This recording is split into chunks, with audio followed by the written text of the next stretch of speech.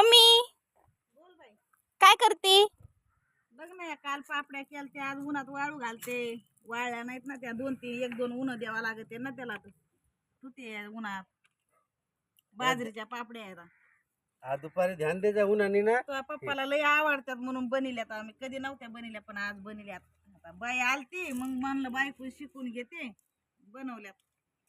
बर का दुपारी ध्यान वायर निवडून देत असत या. हवेने सगळ्यात उडून जातात. मी असंच टाकलं टेबलवर काय करू आता. चला तर मी आंघोळ करून घेतो. घ्या आंघोळ करून जा. झालं काम. झाडे कटिंग केले